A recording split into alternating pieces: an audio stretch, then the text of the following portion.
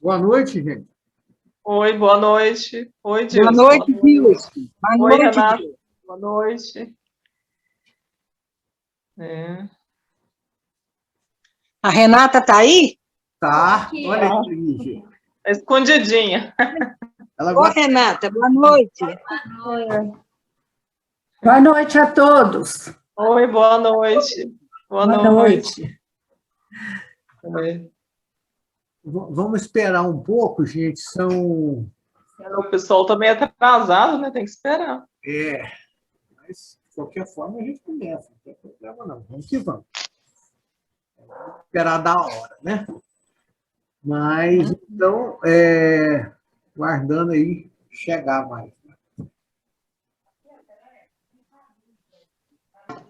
Só lembrando para quem já chegou que nós vamos continuar uma lição de Caligrafia por um Espírito, né? E tem 12.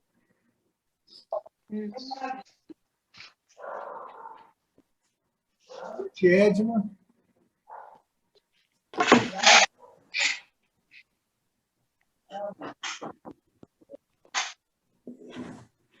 Boa noite para todos. Boa noite. Pode deixar ver. Tá. Deus te abençoe, viu?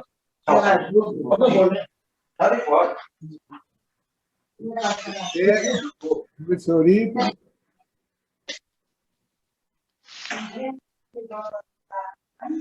Boa noite, pessoal. Terezinha, cadê? Boa noite. Boa noite. Agora eu não estou vendo. Nossa, eu estou cego. Gente, então já são 19h30. Vamos.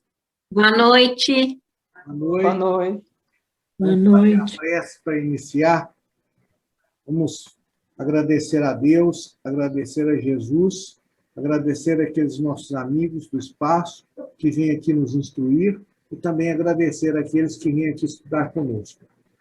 Pedimos as melhores inspirações de todos os espíritos, a ajuda para aqueles que se encontram internados, que se encontram nos hospitais, nas penitenciárias, casas de correção e demais locais, para todos que no momento se encontram privados do seu trabalho, do seu rendimento, né? Que eles possam receber as melhores soluções e as melhores condições para superar essa dificuldade.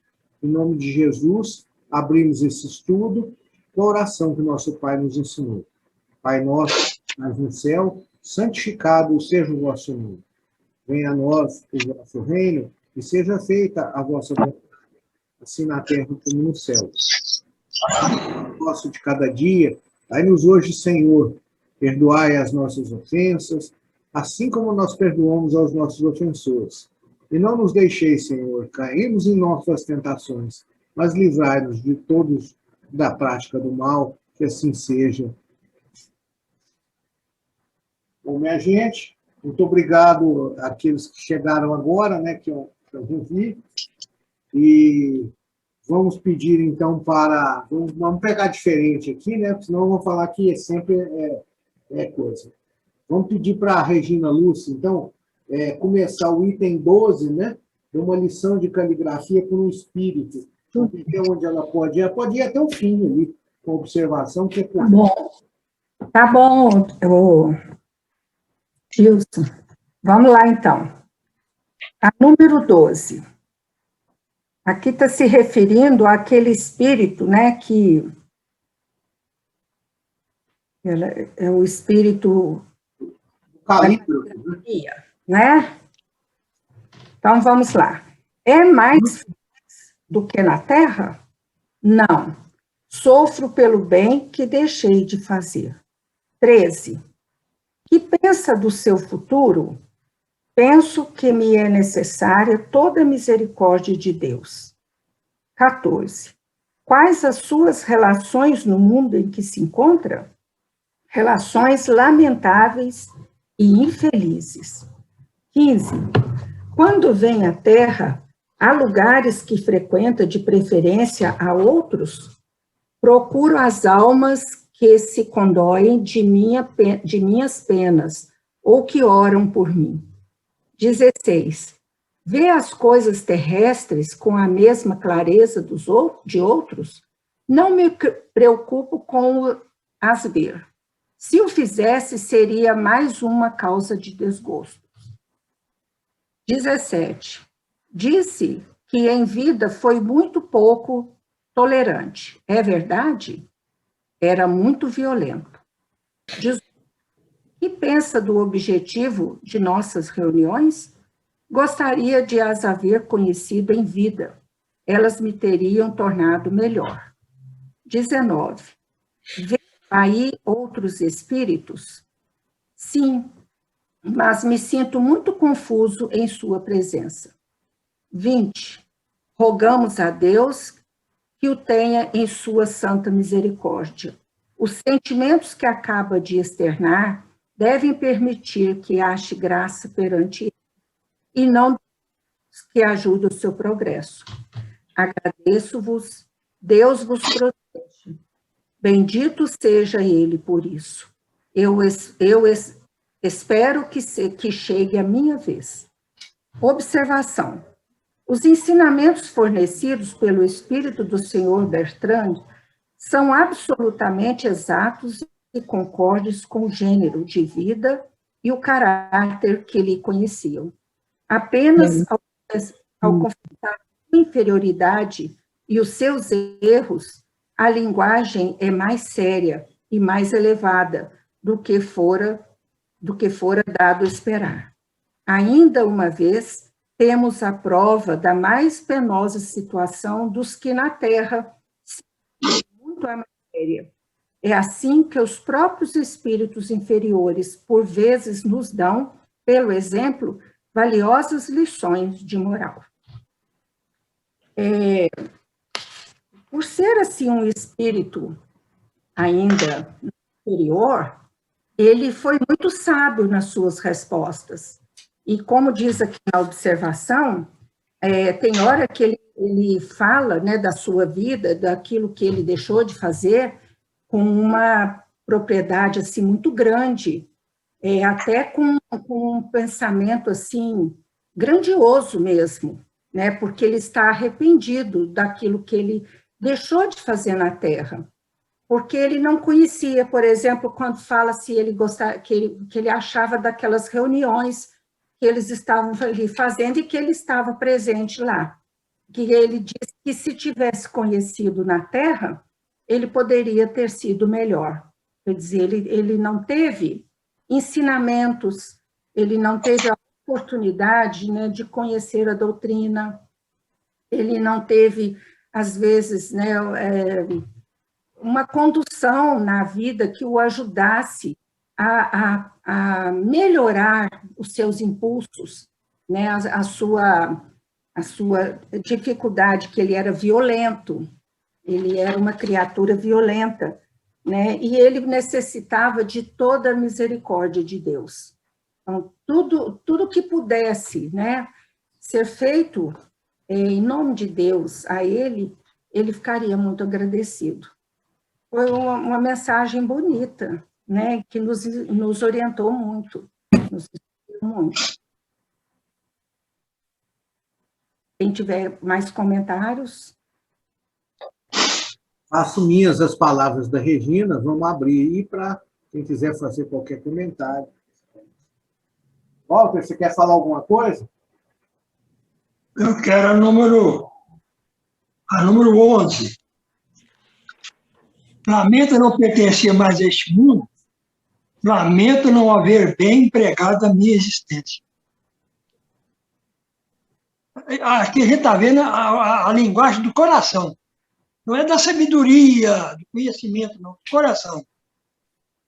O Kardec enalteceu e valorizou isso. Um pouquinho de sabedoria, o resto é coração. Então, o Espírito falar que lamenta não ter feito bem na existência, isso é muito importante. Ele está sabendo o que é o bem agora. Pelo menos, né? Saber onde fica o bem é o primeiro passo para a gente chegar nele, né, Val? Deixa de ser. Então, agora, não havendo mais outro comentário, nós vamos agora para o ano 1, agosto de 1858. Certo? É a página 247, tá? Ela tem uma edição que ela não tem número, tá? É o primeiro, contradições na linguagem dos espíritos. Vamos dar um tempo aí para o pessoal achar, né?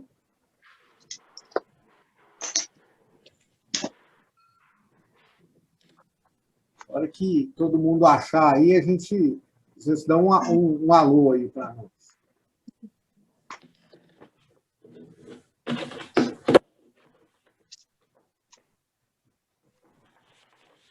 Podemos começar, então? Pode. Então, tá bom. Eu vou começar a ler Contradições. Agosto de 1858 é o primeiro item. Contradições na linguagem dos espíritos.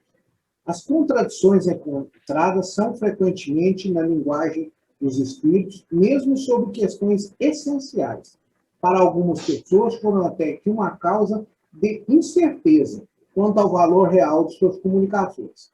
Circunstâncias na qual não deixam os adversários de tirar partido. À primeira vista, essas contradições parecem realmente uma das principais pedras de tropeço da ciência espírita. Vejamos se tem nelas a importância que lhes empresta. Perguntaremos, de início, qual ciência que não teve, em seus primórdios, semelhantes anomalias?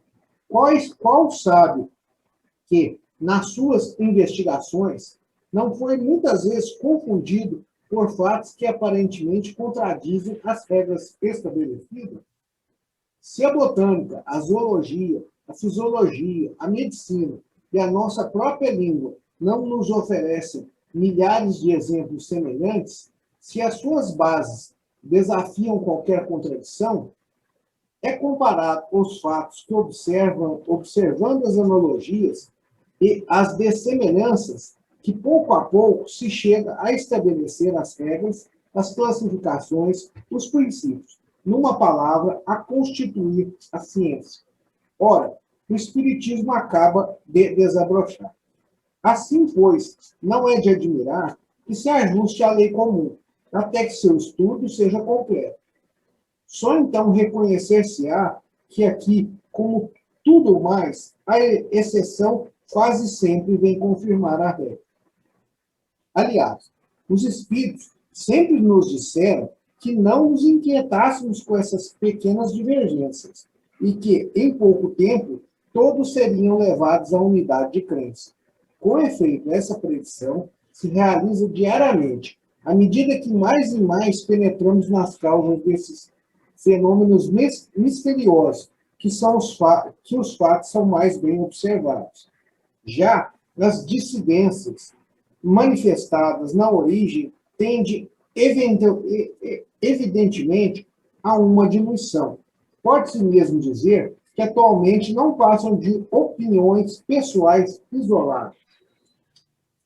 Embora o Espiritismo esteja na natureza e tenha sido conhecido e praticado desde a mais alta antiguidade, é um fato que em nenhuma outra época foi tão universalmente espalhado quanto em nossos dias, quer dizer, em 1858. É que outrora faziam dele um estudo misterioso, ao qual o vulgo não era iniciado. Observou-se, por uma tradição, que as vicissitudes da humanidade e a falta de meio de transmissão enfraqueceram insensivelmente os fenômenos espontâneos que não deixaram de se produzir de vez, enquanto passaram despercebidos ou foram interpretados segundo os preceitos e a ignorância da época, ou ainda foram explorados em proveito dessa ou daquela crença. Estava reservado ao nosso século, ou seja, século XIX, no qual o progresso recebe um impulso incessante, trazer à luz plena a uma ciência que, por assim dizer, apenas existia em estado latente. Só há alguns anos que os fenômenos foram observados seriamente. Na verdade, o espiritismo é uma ciência nova, que se implementa pouco a pouco no espírito das massas, esperando ocupar uma posição oficial. A princípio, essa ciência pareceu muito simples.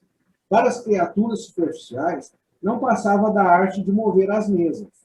Uma observação mais atenta, entretanto, revelou que era por suas ramificações e por suas consequências muito mais complexa do que se imaginava. As mesas girantes são como a maçã de Newton, que, na sua queda, encerra o sistema do mundo. Aconteceu com o Espiritismo o que acontece de início a todas as coisas. Os primeiros não puderam ver tudo. Cada um viu por seu lado e apressou-se a comunicar as suas impressões sobre o ponto de vista, conforme suas ideias e preconceitos. Ora, não se sabe, conforme o meio, que o mesmo objeto pode a uns parecer frio e a outros parecer quente. Temos ainda outro exemplo das coisas vulgares, mesmo os triviais, a fim de nos fazer melhor entender. Ultimamente, dizem os jornais, o cogumelo é um produto dos mais bizarros, delicioso ou mortal, microscópico ou de dimensões fenomenais. Constantemente desorienta os botânicos. No túmulo de Dom Castro, existe um cogumelo que há 12 meses se desenvolve e, ao que parece, não chegou à fase final do seu crescimento. Mede atualmente 15 pés de diâmetro. Veio numa tora de madeira e é considerado o mais belo espécime de cogumelo já observado. Sua classificação é difícil, porque as opiniões estão divididas. Assim, eis a ciência perturbada pelo aparecimento de um cogumelo, que se apresenta sob um novo aspecto. Esse fato provocou em nós uma reflexão. Suponhamos vários naturalistas observando, cada um por seu lado, uma variedade desse vegetal. Um dirá que o cogumelo é um criptógamo comestível, apreciado pelos gulosos. O segundo dirá que é venenoso.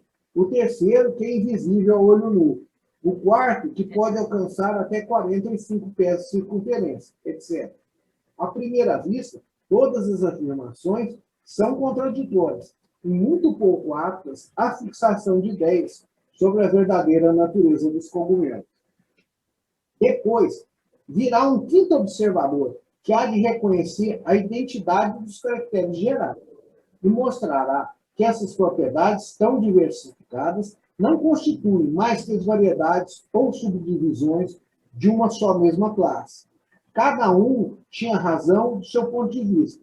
Todos, porém, estavam errados quando concluíram do particular para o geral e quando tomavam a parte pelo todo. Bom, agora eu vou fazer uma pausa, né, para dar um pequeno comentário, né? O Kardec se refere a isso aí ao ano de 1858, né? Para nós, a ciência espírita já está mais do que comprovada, mais que desenvolvida, né? Que ela deu origem a outras ciências, a metapsíquica, como é que chama? A neurociência, a neurolinguagem, né? A neurociência, e a outras, né, ciências psíquicas, né? Então, ela deu origem a tudo isso, né? Pode-se dizer que isso, inclusive, ela está presente também na psiquiatria, né? Que é uma parte da medicina, né? Então, a ciência espírita, hoje, aqui nós que estamos no século XXI, né? Ela carece das mesas girantes, ela carece dos fenômenos físicos de qualquer natureza, né? Porque já está provado que o interessante seria o efeito intelectual, né? Que não precisa mais de acontecer um fenômeno físico para nos demonstrar a persistência da vida após a morte, as vidas sucessivas, né? Isso tudo encontra paralelo e explicação na própria natureza. O Kardec, então, está discorrendo sobre o fato, explicando que tudo que, quando é nascente, cada um tem uma opinião. E mesmo porque Kardec nunca falou que o Espiritismo é a ciência dele, é a doutrina dele. Ele sempre disse que é a ciência dos espíritos e a doutrina dos espíritos. Como são muitos a comunicar, cada um tem sua opinião. Entre nós aqui, se nós fizermos um experimento e pedirmos a cada um de nós que qualifique a ciência espírita, o espiritismo cristão, cada um vai dar a sua interpretação sobre ele, sem que todas as nossas percepções são verdadeiras, mas elas são tomadas do nosso ponto de vista particular, né? É assim que nós extrapolamos. Nós pegamos o universo interno que nós temos e tentamos explicar o universo interno a partir daquilo que nós temos, das memórias analógicas que a gente tem. O universo interno explica o universo externo. Isso sempre aconteceu. Kardec cita aí a física newtoniana, porque era a física que existia na época, né? Hoje nós temos outras partes da física, né? Inclusive na época de Kardec, começou ali já aquela luta de Pierre e Marie Curie, né? Na França mesmo, descobrindo o rádio, descobrindo o polônio, né? Aqueles todos fenômenos materiais radioativos, né? Aquele tanto o uso bom quanto o uso ruim, né? Não foi eles que fizeram, né? Mas toda descoberta é assim, né? Foi revelada uma parte da natureza que até então estava oculta dos homens, né? Então, eu estou dando só um exemplo. Como Kardec deu o exemplo do cogumelo, né? Hoje em dia nós sabemos que o cogumelo é um fungo, né? Por isso que ele cresce na madeira, cresce na serragem. E tem cogumelo venenoso e tem cogumelo bom. Tem o shiitake e tem o champignon, né? E tem a trufa e tem outro tipo de cogumelo. Tem aquele que os índios usam para ficar doidão e aquele que realmente mata, né? Então, é o mesmo fungo com diversas propriedades, com diversas famílias. Assim como eu tenho aqui, eu tenho o Dilson, tem o Célio, tem o Walter, né? Tem o seu Eurípides, ou tem a Renata, tem a Liliane, tem a Edna, tem a Shebna, né? E assim vai, né? Todas são mulheres, mas cada uma é uma entidade particular, né? Então, é o que eu tinha para falar, né? Não é muita explicação, mas aqui é bom que esse estudo é um estudo espírita. Aqui significa que ele não tem professor aqui dando aula. Todos nós somos alunos e nós aprendemos uns com os outros e com aqueles espíritos que vêm nos instruir e vêm estudar com a gente. Walter, você quer fazer algum comentário? Certo? Quando eu falo de ciência, né? Nós, apesar de estudarmos Allan Kardec, Chico Xavier, nós temos que tratar o conhecimento como ciência. Quer dizer, eu tenho que pensar, eu tenho que raciocinar, eu tenho que observar, eu tenho que classificar, catalogar e saber distinguir o verdadeiro do falso, não é isso? O fato verdadeiro, o fato mentiroso, né? A ideia errada, a ideia lógica. Então, é ciência. Todos os três é ciência. Filosofia, ciência e moral. Todos os três é ciência. Um é ciência da moral, o outro é ciência da matéria, né? E a filosofia é o pensamento. Por isso que eu acho que o estudo daquelas coisas da doutrina espírita, através dos romances, né, ele tem que ser um estudo muito complexo, muito abalizado, porque o que acontece? São coisas que dizem muito ao coração, né? Mas o que eles dizem, a razão, a ciência, a filosofia, é uma parte bem menor, né?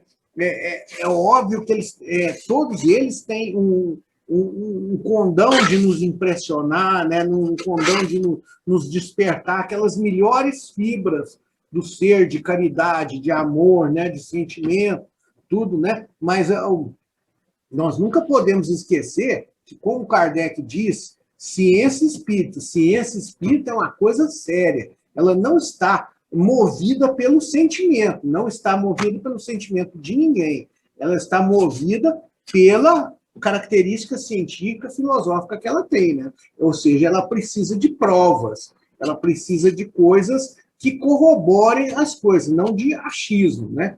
E ela realmente, a ciência, ela toca muito pouco o coração, ela toca muito pouco a moral, né? Ela toca a parte mais matemática, mais mecânica, né? A lógica. Lógica, intelectual do nosso ser, né?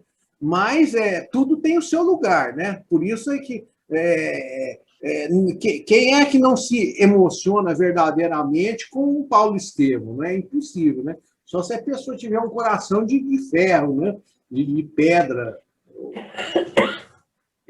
E ali ele traz muitas coisas, né? Mas o que a gente tem ali? Muitas coisas ali estão escritas lá no Atos dos Apóstolos, né? Lá nessa parte da Bíblia cristã, né? Não é aquela parte, não é tudo, mas uma parte da história está escrita lá. Naquele livro Paulo Estevam, nós temos acesso a duas partes da história, né? No Atos dos Apóstolos, nós vemos a parte material, quer dizer, a parte aferida, e no Paulo Estevam nós vemos a parte da espiritualidade, né? O outro lado da moeda. Por isso é muito bom, né? Que a gente sempre é bom conhecer todos os lados, né? Célio, você quer falar alguma coisa? Não? Alguém mais? Edna, Regina? Terezinha? Vamos pedir, então, a Liliane, né? Para ela seguir de onde está aí, dá-se o mesmo em relação aos espíritos.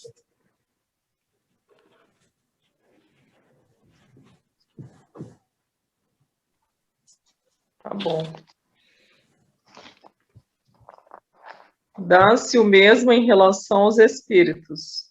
Têm sido julgados segundo a natureza das relações com eles estabelecidas.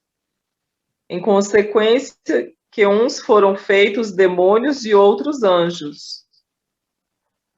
E porque houve pressa em explicar os fenômenos antes que visse tudo, cada um o fez a seu modo e muito naturalmente.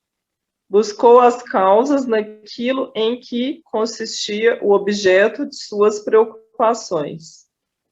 O magnetista tudo referiu à ação magnética, o físico à ação elétrica, e assim por diante. A divergência de opiniões em matéria de espiritismo vem, pois, dos diferentes aspectos sob os quais é considerado. De que lado está a verdade? É o que cabe ao futuro demonstrar, mas a tendência geral não poderia oscilar. Evidentemente, um princípio domina e reúne pouco a pouco os sistemas prematuros. Uma observação menos exclusiva os unirá todos a uma origem comum, e em breve veremos que, em definitivo, a divergência será mais acessória que fundamental. Compreende-se muito bem que os homens erijam teorias contrárias em relação às coisas, mas o que pode parecer mais original é que os próprios espíritos se contradigam. Foi isso que, de início, lançou uma espécie de confusão das ideias.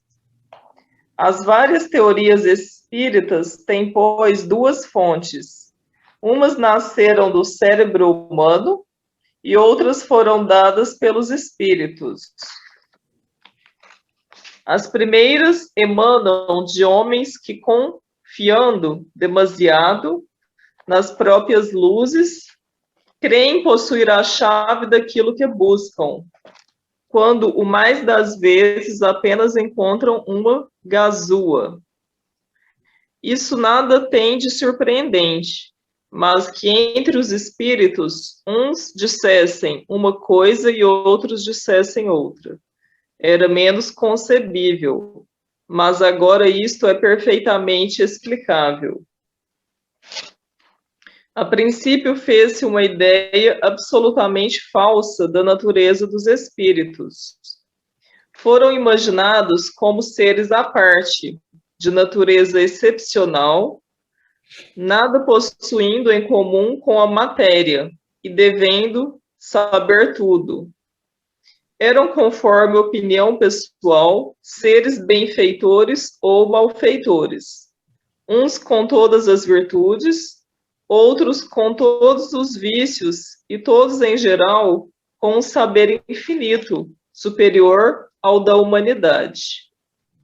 A notícia das recentes manifestações, o primeiro pensamento que, em geral, assaltou a maior parte das criaturas foi de que isso era um meio de penetrar todas as coisas ocultas, um novo modo de adivinhação menos sujeito à dúvida que os processos vulgares.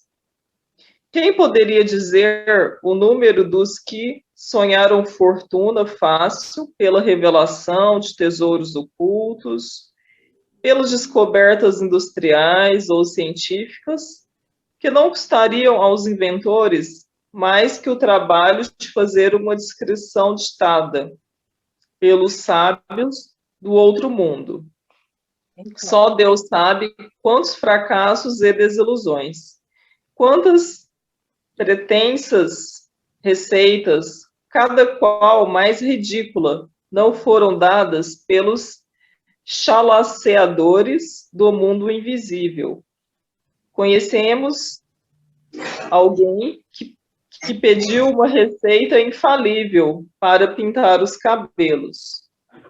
Foi-lhe dada uma fórmula de composição cerosa que reduziu a cabeleira a uma espécie de massa compacta, da qual o paciente teve um trabalho imenso para se livrar. Todas essas esperanças quiméricas tiveram de se desvanecer à medida que ficou mais bem conhecida a natureza desse mundo.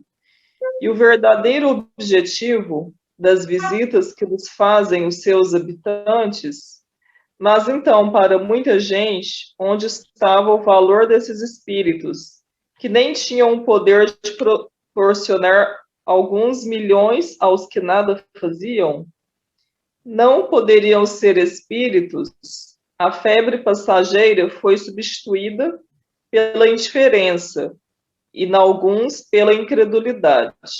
Mas quantos prosélitos teriam feito os espíritos se tivesse pedido fazer o bem enquanto os outros dormiam? Acho que tá bom, né?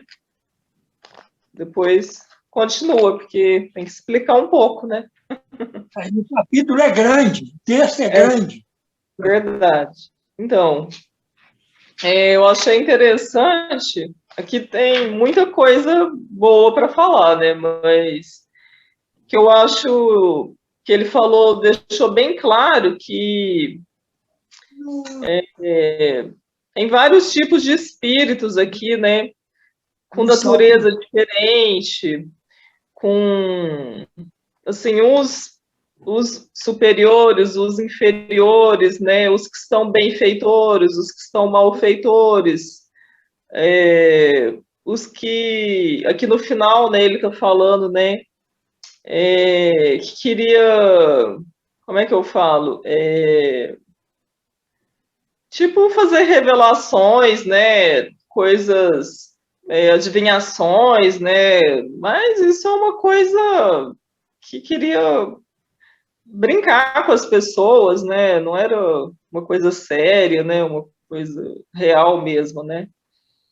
E aí ele até citou aqui sobre a receita de fazer uma coisa para pintar os cabelos, né? Então, foi dada a fórmula, mas que aquilo não tinha, como diz, né? Foi só para, assim, não tinha verdade nisso, né?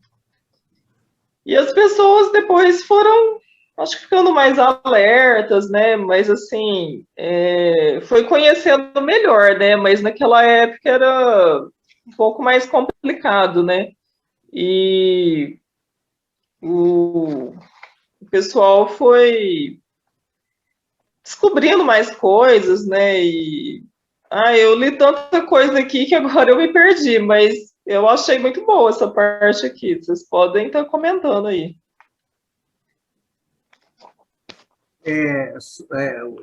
O tradutor usa uma palavra aí, chalaceadores, gozadores, anedóticos, né? Pessoas que gostam de pregar peças nos outros. Seria os espíritos zombeteiros, né? Walter, você quer dizer mais alguma coisa? O texto, quanto é maior, mais difícil fica.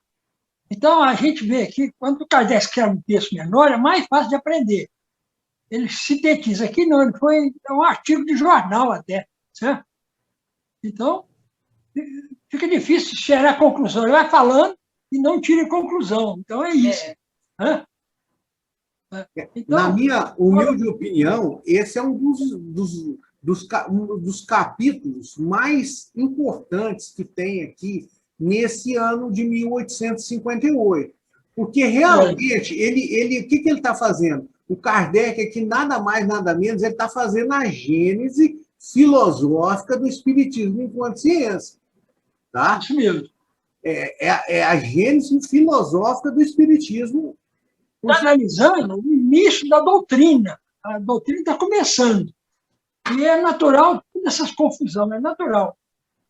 Ele falou, uma parte da doutrina nasceu dos homens, como ele, encarnado e outros. E a outra parte, a maior, dos espíritos. Isso é importante, eu achei bonito isso aí. Então, visando aí, né? Eu estou com o cabelo branco, eu não vou pedir uma fórmula para os espíritos para atingir ele, não, né? E quem não tem cabelo, eu acho que não deve pedir uma fórmula para nascer, não, que é capaz de cair o resto que tem, né? Vamos pedir, então, aqui, ó, tem alguns minutos ainda, para a Edna começar ali. Teriam até adorado o diabo. Não, pode falar, pode falar. Teriam até adorado o diabo se ele lhes tivesse sacudido sua bolsa de moedas. Ao lado dos sonhadores havia gente séria, que nesses fenômenos via algo mais que vulgaridade. Observaram atentamente, sondaram os reforços desse mundo misterioso e facilmente reconheceram nesses fatos estranhos, senão novos, um fim providencial de ordem mais elevada. Tudo mudou de aspecto quando se ficou sabendo que os espíritos são apenas as criaturas que viveram na Terra, e cujo número iremos aumentar depois de nossa morte. Que eles aqui deixaram um invólucro grosseiro, como o bicho da seda deixa sua crisálida para tornar-se borboleta. Não podemos duvidar quando vimos que os nossos pais, amigos e contemporâneos vinham conversar conosco, dando irrecusáveis provas de sua presença e de sua identidade. Considerando as inúmeras variedades que a humanidade apresenta, sob o duplo ponto de vista intelectual e moral, e a multidão que diariamente emigra da Terra para o mundo invisível, repugna a razão admitir que um estúpido amoeda, um feroz canibal ou um vil criminoso, com a morte, sofram a transformação que os ponha no mesmo pé de igualdade com o sábio e o homem de bem. Assim compreendeu-se que podia e devia haver espíritos mais adiantados e mais atrasados. E desde então ficaram muito naturalmente explicadas essas comunicações tão diversificadas, das quais umas tocam o sublime, enquanto... E cobrou R$20 dela. Já vamos voltando.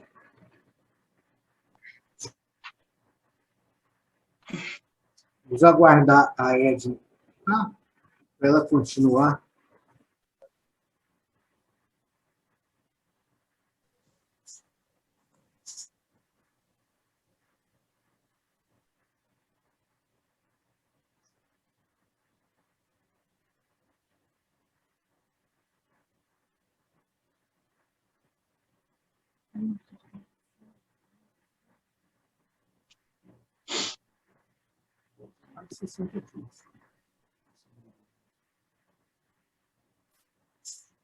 Não voltou, não, né?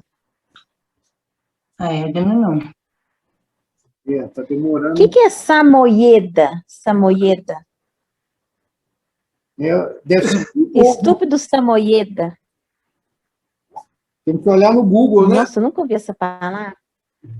Também não. Nunca vi. Nunca ouvi. Deixa eu olhar no celular aqui enquanto a Edna não chega. Tudo indígena. Aí a Edna voltou. Eu vou olhar aqui no Google. Boa. Boa.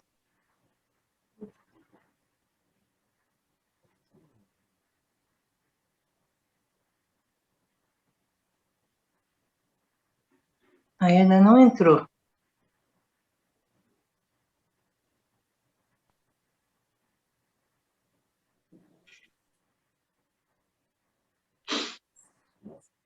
Cuidado para escrever isso aqui.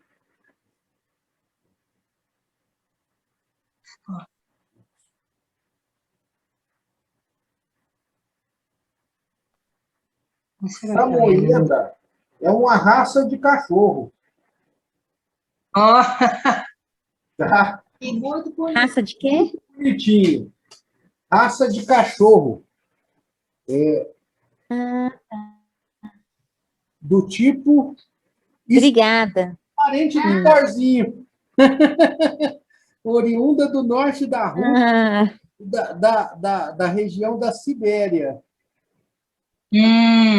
Vou mostrar para vocês um parente dele aqui. Olha aqui, tem um aqui, ó. Aqui, ó. Olha o Thorzinho. Ah!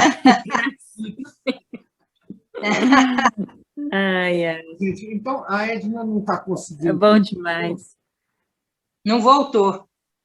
Vamos pedir para a Terezinha continuar, então, né? Depois a Edna, se ela voltar, ela explica. Continua. Quando é que parou mesmo?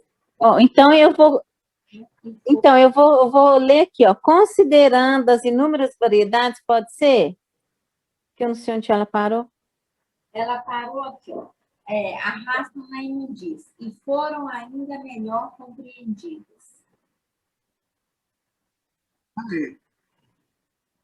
Aí, ela está entrando. Ah, ela entrou, gente. Ela voltou. E agora que ela voltou. Você está sem áudio.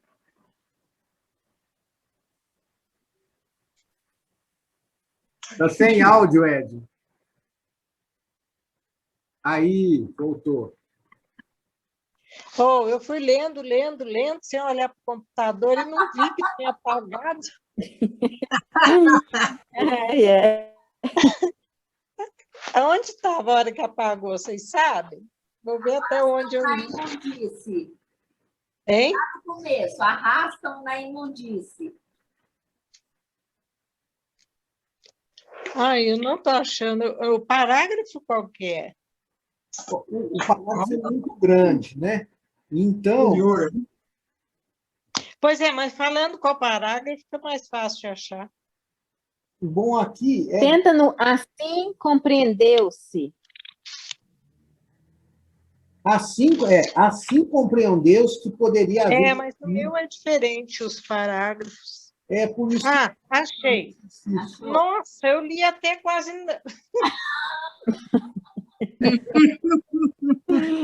Ela deve ter lido demais. Eu até abri o celular para ficar mais rápido. Arrasam na imundície, né?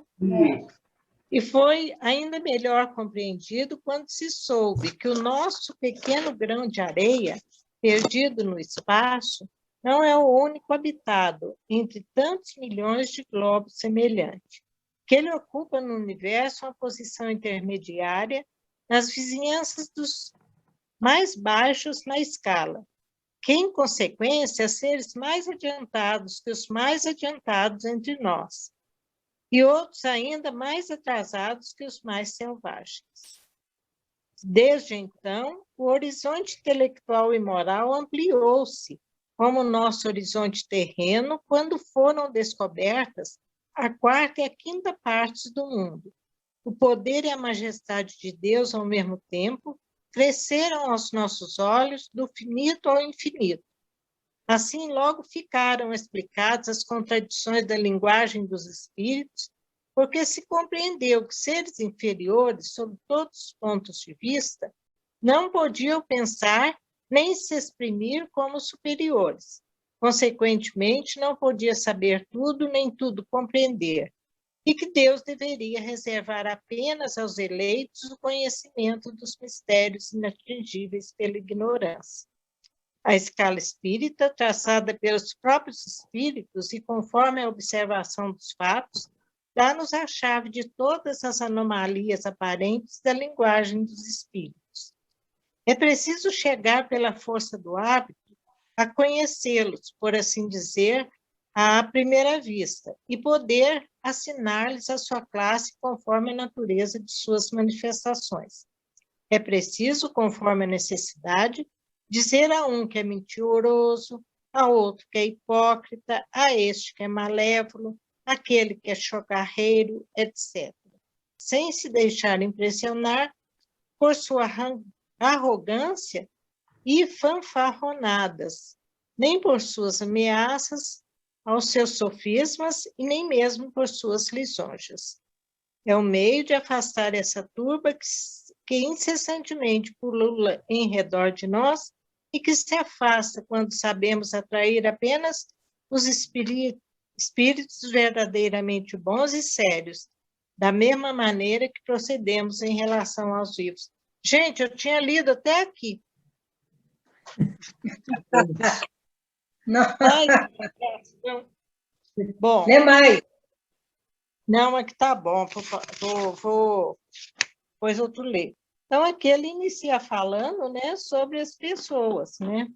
E se for para dar revelações, né, receitas, negócio de tesouro e tudo mais, eles teriam adorado o diabo, né? Por causa de dinheiro, de interesse pessoal, né? Depois ele fala dos espíritos, né? Que quando se chegou à conclusão que os espíritos eram as pessoas que tinham vivido na Terra, parece que o povo decepcionou, porque eles acreditavam que tinha anjo e tinha demônio, né? Depois vem e fala que eram as pessoas comuns que tinham vivido na Terra, que estavam no plano espiritual, né? Então, foi uma decepção para as pessoas, né? Depois ele fala da alegria, né?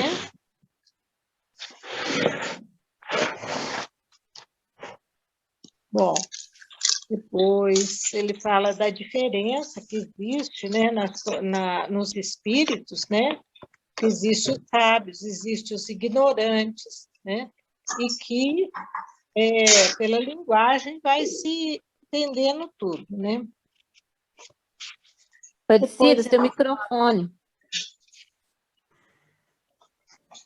Para mim, não, né? Bom, depois ele fala sobre o que a revelação dos espíritos, né? Sobre o Sol, né? Sobre o nosso planeta, que ele é uma areia, né? No universo, que existe outros sóis, que existem outros planetas, né? Então, essa revelação nos mostrou o poder, a majestade de Deus, né? Foi muito, muito bom ter tido essas revelações. Agora, essas revelações ele não teve, não foi com os espíritos, não, né? Já existia, né? E, gente, ele quer dizer assim, que essa revelação dos espíritos tinha que dar a mesma alegria quando nós tivemos a revelação da grandeza do universo, não é? Que mostrou a majestade de Deus, né?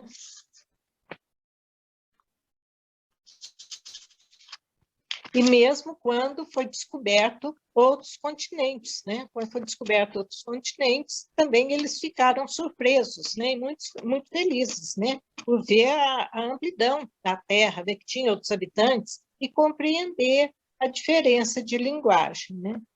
Depois ele fala da escala espírita, que nós precisamos conhecê-la, né?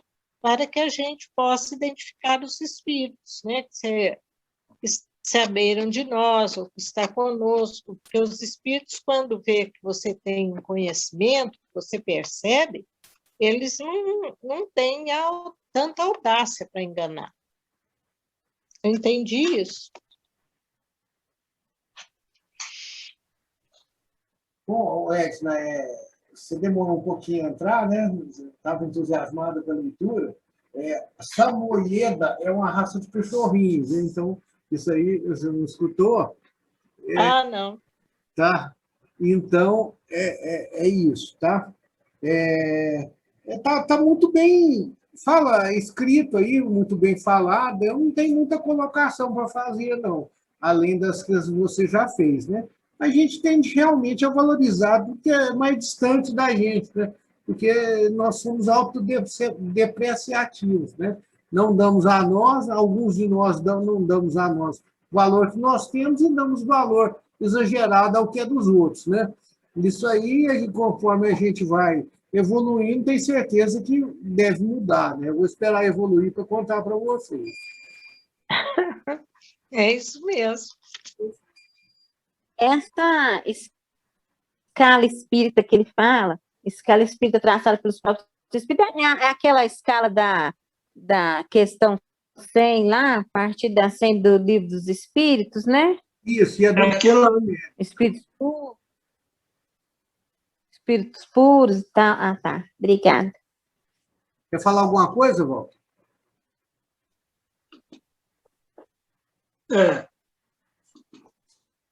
Porque Kardec fala muita coisa ao mesmo tempo, então a gente tem que escolher alguma coisa para falar, né?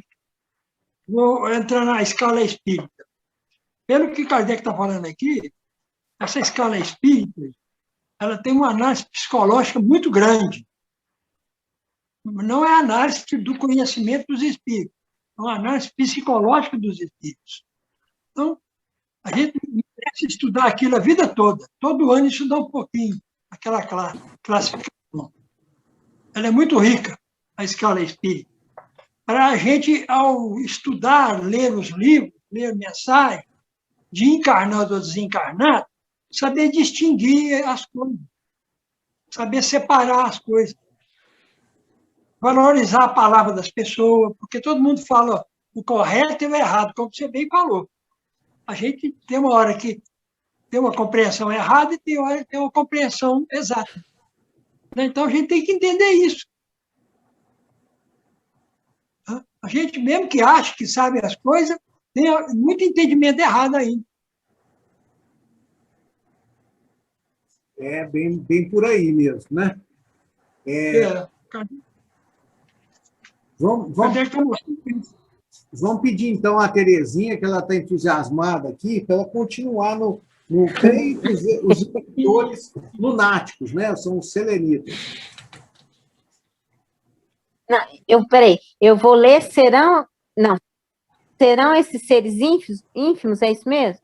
Não. Sim. Creio que os escritores selenitas sentir-se-iam. Não, é onde eu parei, é isso mesmo. Não, foi onde mas onde eu parei, serão esses espíritos ínfimos. Isso aí mesmo. Onde que é? Eu acho que então... Serão esses seres ínfimos e eternamente voltados ao mal. Tá certo. Eu que li errado. Vocês estão certos, tá? Pode continuar aí. Então tá. Serão esses seres ínfimos eternamente voltados ao mal e à ignorância? Não, pois nem essa parcialidade seria conforme a justiça, nem conforme a bondade do Criador, que provê a existência e o bem-estar do menor inseto. É por uma sucessão de existências que eles se elevam e deles se aproximam à medida que melhoram. Esses espíritos inferiores só conhecem Deus pelo nome, não o veem, nem o compreendem, do mesmo modo que o último camponês, no fundo de suas urzes, não vê nem compreende o soberano que governa o país que habita. Se estudarmos cuidadosamente o caráter próprio de cada classe de espíritos, compreenderemos facilmente que alguns há incapazes de fornecer ensinamentos exatos sobre o estado de seu mundo. Se, além disso, considerarmos que outros há que, por sua natureza, são levianos, mentirosos, zombeteiros, malévolos, e que outros ainda se acham imbuídos das ideias e dos preconceitos terrenos, compreenderemos que, em suas relações conosco, podem divertir-se à nossa custa, conscientemente induzir-nos ao erro por malícia, afirmar aquilo que não sabe, dar-nos conselhos pérfidos ou mesmo enganar-se de boa fé, julgando as coisas de seu ponto de vista. Façamos uma comparação. Suponhamos que uma colônia de habitantes da Terra, um belo dia, encontre meios de ir à Lua. Suponhamos que essa colônia seja composta de diversos elementos da população do nosso globo, desde o mais civilizado europeu até o selvagem australiano. Os habitantes da Lua ficarão muito sensibilizados e mesmo deslumbrados se puderem obter de seus visitantes ensinamentos precisos sobre o nosso planeta, que alguns supunham habitado, mas que não tinham certeza, de vez que entre eles há criaturas que se julgam os únicos seres do universo. Caem sobre os recém-vindos, interrogam-nos e os sábios se aprestam para publicar a história física e moral da Terra. Como não seria uma história autêntica, uma vez que dispõe de testemunhas oculares? Um deles recolhe em casa um zelandês, o qual informa que aqui na Terra é um regalo comer homens, que Deus o permite, pois as vítimas são sacrificadas em sua honra. Em casa de um outro está um filósofo e moralista que fala de Platão e de Aristóteles, e lhe diz que a antropofagia é uma abominação condenada por todas as leis divinas e humanas. Aqui é um muçulmano que não come os homens, mas diz que a salvação é conseguida matando o maior número possível de cristãos. Ali é um cristão dizendo... Hã? Não, nada não. Ali é um cristão dizendo que Maomé foi um impostor. Além é um chinês que consideram todos os demais como bárbaros e afirma que Deus permite que os filhos sejam lançados ao rio, desde que se os tenham muitos. Um boêmio pinta o quadro da vida dissoluta das capitais. Um anacoreta prega a abstinência e as mortificações. Um faquir indiano estraçalha o corpo e, para cobrir as portas do céu, durante anos, se impõe sofrimentos tais que, comparativamente, as privações dos mais piedosos cenobitas constituem sensualidade. Vem a seguir um bacharel, o qual afirma que é a terra que gira e não o sol. Um campônio diz que o bacharel é um mentiroso, pois ele vê muito bem o sol levantar-se e deitar-se. Um senegalês diz que faz calor. Um esquimó que o mar é uma planície gelada e que só se viaja de trenó. A política não fica esquecida. Uns elogiam o regime absolutista, outros a liberdade. Este diz que a escravidão é contrária à natureza e que, como filhos de Deus, todos os homens são irmãos. Aqueles que as raças foram feitas para a escravidão e que são muito mais felizes do que no estado de liberdade, etc. Continua? Pode ir, só o próximo parágrafo que é pequenininho. Tá. Creio que os escritores selenistas sentir-se-iam muito embaraçados para escrever a história física, política, moral e religiosa do mundo terrestre, baseados em semelhantes documentos. Aqui, só até aqui, né? Tá. Então, aqui está falando para nós, né, sobre esses espíritos, né? Espíritos ignorantes ainda, né? Se eles continuarão, se eles ficarão durante toda a eternidade no mesmo estado que estão, no mesmo estágio que estão. E aí eles respondem, né? Kardec responde que não, que até o inseto, menor inseto, um dia ele vai ser um ser evoluído. Então, não há, o espírito ele não pode viver a vida, não vai ficar a vida inteira no mesmo estágio. Ele vai evoluir, nós estamos aqui para evoluir.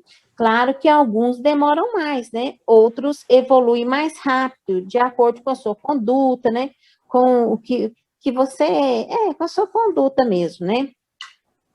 E falando aqui também, aí falando para fazer uma comparação, né, sobre esses espíritos zombeteiros, esses espíritos malévolos, né, que se, por exemplo, aí faz a comparação de uma colônia de habitantes da Terra, né, eles resolvem ir à Lua, né, e aí fala aqui, é que essa colônia seja composta de diversos elementos da população do globo.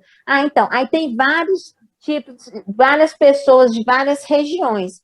Então, que cada um vai falar o que ele conhece, ou mentir, ou iludir as pessoas. Então, cada um vai falar de acordo com a sua cultura ou de acordo com a sua, como é que fala? Com a sua índole. É isso mesmo que eu estou falando? Então, uns podem iludir, inventar, né, as coisas. Então, é que fala vários, o que o filósofo fala, né, o que o Maomé fala, o muçulmano. Então, cada um fala do seu conhecimento. É isso mesmo que eu entendi? É isso mesmo. Ou iludem, estão ali para iludir. Hã? É isso mesmo que ele quis dizer, Terezinha. Você está na linha correta. Né? Isso. Não, então é isso que eu entendi, porque como que eu vou falar de uma coisa que eu não conheço? Eu só vou passar o conhecimento que eu sei, né? Do que eu vivo, da minha cultura. Não tem como eu passar uma coisa que eu não conheço. Então, cada um fala da sua cultura, do seu. Então, aqui fala, né? Por exemplo, até de que Deus permite que as vítimas sejam sacrificadas em sua honra, onde isso? Nunca, né? Isso não existe.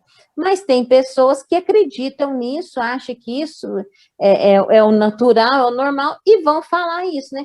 Então, quer dizer, são pessoas que ainda precisam evoluir, né? Todos nós também um dia pensamos muito errado, fomos muito iludidos, né? E conforme a gente vai evoluindo, vai estudando, a gente vai mudando o nosso jeito de pensar. É isso que eu entendi, gente.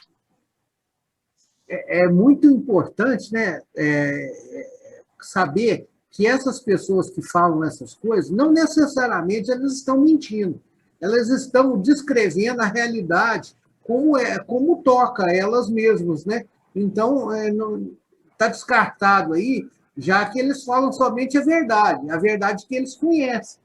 Então, se você introduzir uma pessoa que mente, aí o negócio fica mais complicado ainda, né? Bom, alguém tem mais outra colocação para fazer aí? Entendi. Porque nós já estouramos o tempo, né? Então, vamos pedir para a Ivonete fazer a nossa prece de encerramento, por favor.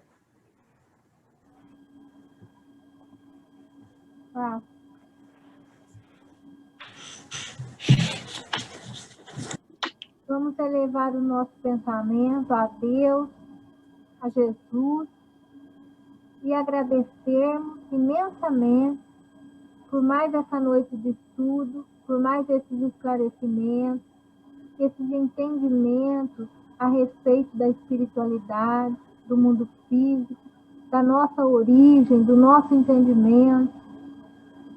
Agradecermos por tudo que Ele nos permite, todos os dias, pelos estudos, pelos livros, pelos amigos da espiritualidade que nos auxiliam, pelo nosso anjo guardião, pela a imensa propriedade que temos de querer cada vez mais aprender, crescer e evoluir. E queremos agradecer em especial ao nosso amigo, companheiro de todas as horas, o nosso anjo guardião, que está sempre do nosso lado, desde que nascemos, nos orientando, nos seguindo, nos esclarecendo, sempre que nós permitimos que Ele possa nos ajudar. E agradecermos à espiritualidade amiga, aos espíritos protetores familiares que nos auxiliam nas nossas dificuldades do dia a dia, a esses amigos que estão em nossos lares, aprendendo conosco, tanto nos estudos como nas leituras que praticamos. Agradecermos por tudo que Deus nos dá, pela oportunidade de crescimento. E vamos dar por encerrado o estudo da noite de hoje. Que a paz do Senhor esteja em cada um de nós, hoje e sempre. Que assim seja. Que assim seja.